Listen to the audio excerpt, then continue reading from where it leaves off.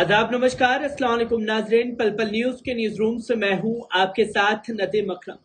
दोस्तों, स्क्रीन पर दिख रहा ये शख्स आपको याद होगा। जी हां, समीर वानखेड़े। वो समीर वानखेड़े जिसने की उपलब्धि बस इतनी है कि आर्यन खान को इन्होंने गिरफ्तार किया था ड्रग्स मामले में। और जब आर्यन खान की गिरफ्तारी होनी थी तो समीर वानखेड़े के जरिए मीडिया कर्मियों को पहले से ही इसकी जानकारी दे दी गई थी और वो मीडिया कर्मी ये बताते हुए साफ तौर पर दिखाई दे रहे थे कि देखिए, अब से कुछ ही देर में एक बड़े सुपरस्टार के बेटे की गिरफ्तारी होने वाली है। उस बड़े सुपरस्टार के बेटे की गिरफ्तारी जो है वो खलबली मचा देगी। ड्रग्स के कारोबार में सुपरस्टार का बेटा संलिप्त है, इसकी जानकारी मिली है। और उस बड़े सुपरस्टार की आईपीएल में क्रिकेट टीम भी है, क्योंकि इन मीडिया को यह मालूम था कि अगर साफ तौर पर शाहरुख खान के नाम का उजागर किया तो शाहरुख खान इन लोगों की बखिया उधेड़ करके रख देगा।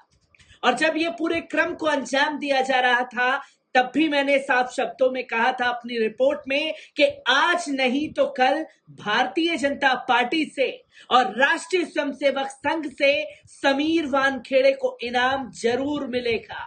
और अब इसी के जुगाड़ में समीर वानखेड़े लगातार भारतीय जनता पार्टी और राष्ट्रीय स्वयंसेवक संघ के संपर्क में चल रहे हैं। और बीते दिनों आरएसएस के हेडक्वार्टर में जाकर के इन तस्वीरों पर पूरी तरीके से पर्दा उठा दिया कि आखिरकार आर्य खान को जो टारगेट किया जा रहा था वो किसके आदेश पर किया जा रहा था और किस तरीके से माहौल बिगाड़ने की कोशिश की गई, इसकी तस्वीरें भी लोगों के सामने आई। जहां नागपुर हेडक्वार्टर में माथा टेकने खासतौर पर समीर वानखेड़े पहुंचे हैं, एक बार इस रिपोर्ट पर नजर डालते हैं। दोस्तों, 2008 बैच के आईआरएस अधिकारी और मुंबई जोनल यूनिट एनसीबी के पूर्व डायरेक्टर समीर वानखेड़े एक बार फिर चर्चा में हैं। अपने करियर में 2 दर्जन सेलिब्रिटी को पकड़ने से लेकर 20,000 करोड़ से ज्यादा का ड्रग्स जब्त करने की वजह से डिपार्टमेंट में सिंघम के नाम से जाने वाले वानखेड़े इस बार किसी कार्रवाई के चलते चर्चा में नहीं हैं, बल्कि इसलिए चर्चा में हैं क्योंकि वे 19 मार्च को नागपुर स्थित आरएसएस मुख्यालय गए थे, जिसके बाद ये साफ तौर पर कहा जा रहा है कि समीर वानखेड़े जल्द ही बीजेपी में शामिल भी हो सकते हैं। वहीं इस पर समीर वानखेड़े का कहना है कि वे आरएसएस संस्थापक और राष्ट्रीय हीरो डॉक्टर हेडगेवार व गोलवरकर को श्रद्धांजलि देने गए थे। इस दौरान उन्होंने आरएसएस मुख्यालय में 250 से ज्यादा किताबें भी खरीदी। उनका दावा है कि वो बचपन में भी आरएसएस की शाखाओं में जाते रहे हैं और इस बार वो अपनी पत्नी के साथ मुख्यालय गए हुए थे। लेकिन बीजेपी ज्वाइन करने के सवाल पर वानखेड़े ने कहा, अगले 1 से 1.5 साल चुनावी साल है और इस दरमियान क्या कुछ हो सकता है ये अभी से कह पाना संभव नहीं है। आपको बता दें कि भविष्य में कुछ भी संभव है। इसका मतलब साफ तौर पर संकेत भारतीय जनता पार्टी में जाने के दे दिए गए। इसका मतलब यह हुआ कि वानखेड़े इस बात को सिरे से खारिज नहीं कर रहे कि वो बीजेपी ज्वाइन नहीं करने वाले। उनके जवाब में संभावना साफ दिख रही है। बात सिर्फ यही समय पर और सही दावेदारी मिलने पर तय होगी। तो वहीं समीर वानखेड़े का एक वीडियो भी सामने आया जिसमें वे आरएसएस मुख्यालय में पूरा भ्रमण करने के बाद विजिटर डायरी में लिखते हुए दिखाई दे रहे हैं। इस दौरान उन्होंने आरएसएस के बड़े पदाधिकारियों से भी मुलाकात की और घंटों उनसे चर्चा भी की। ऐसे में इस बात के कयास लगने शुरू हो गए हैं कि वो बीजेपी ज्वाइन करने ही जा रहे हैं।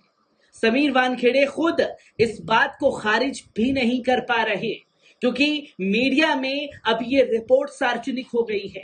तो साल 2024 तक शायद वानखेड़े राजनीति की पिच पर भारतीय जनता पार्टी की तरफ से बैटिंग करते हुए दिखाई दे। आपको बता दें कि एनसीपी नेता नवाब मलिक बीजेपी पर समीर वानखेड़े को समर्थन देने का आरोप पहले ही लगा चुके हैं। उन्होंने कहा था कि समीर वानखेड़े बीजेपी नेताओं के इशारे पर काम करता है। बीजेपी और नारकोटिक्स कंट्रोल ब्यूरो के बीच पूरी तरीके से साठगांठ हो रही है। हालांकि वानखेड़े ने इन आरोपों को सिरे से खारिज कर दिया था। वहीं एनसीबी की जांच में पता चला था कि आर्यन खान को समीर वानखेड़े ने गलत तरीके से फंसाया था, जिसके उन्हें एनसीबी के जोनल डायरेक्टर के पद से भी हटा दिया गया था। जहां तस्वीर लोगों के सामने अब पूरी तरीके से खुल करके आ चुकी है, क्योंकि देश में वो समय देखा गया कि किस तरीके से देश का नाम रोशन करने वाले सुपरस्टार शाहरुख खान को इस केस में ना कि घसीटा गया, उनको बदनाम करने की भी कोशिश की गई। और उसका असर ये हुआ कि जैसे ही पठान मूवी रिलीज होने वाली थी तो देश भर में शाहरुख खान के खिलाफ हिंदूवादी संगठनों ने प्रदर्शन शुरू कर दिए। और किस तरीके से समीर वानखेड़े ने शाहरुख खान के परिवार को टारगेट किया, भारतीय जनता पार्टी के इशारे पर यह आरोप भी खास तौर पर हर एक सबूत के साथ खुलासा किया था अपनी प्रेस कॉन्फ्रेंस में नवाब मलिक ने। और वो नवाब मलिक समीर वानखेड़े को एक्सपोज करते चले गए और उसकी गाज ये गिरी कि नवाब मलिक को जेल की सलाखों के पीछे ठूस दिया गया। नवाब मलिक अभी भी जेल की सलाखों के पीछे हैं और समीर वानखेड़े को आर्यन खान को टारगेट करने के चलते भारतीय जनता पार्टी 2024 के चुनाव में इनाम देने वाली है, जहां बस अब महज औपचारिकताएं बची हुई हैं।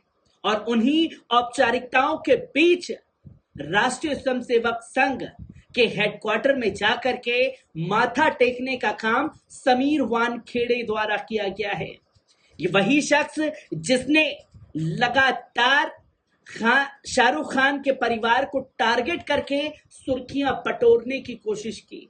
और अदालत ने साफ तौर पर यह कहा कि कुछ अधिकारियों द्वारा जानबूझ करके इस केस में आर्यन खान को फंसाया गया था, जिसकी रिपोर्ट लोगों के सामने आई। और मीडिया ने जिस तरीके से छीछा लेदर किया उसकी तस्वीरें भी लोगों के सामने हैं। हर एक तस्वीर से आपको रूबरू कराता रहूंगा। दीजिए इजाजत, शुक्रिया।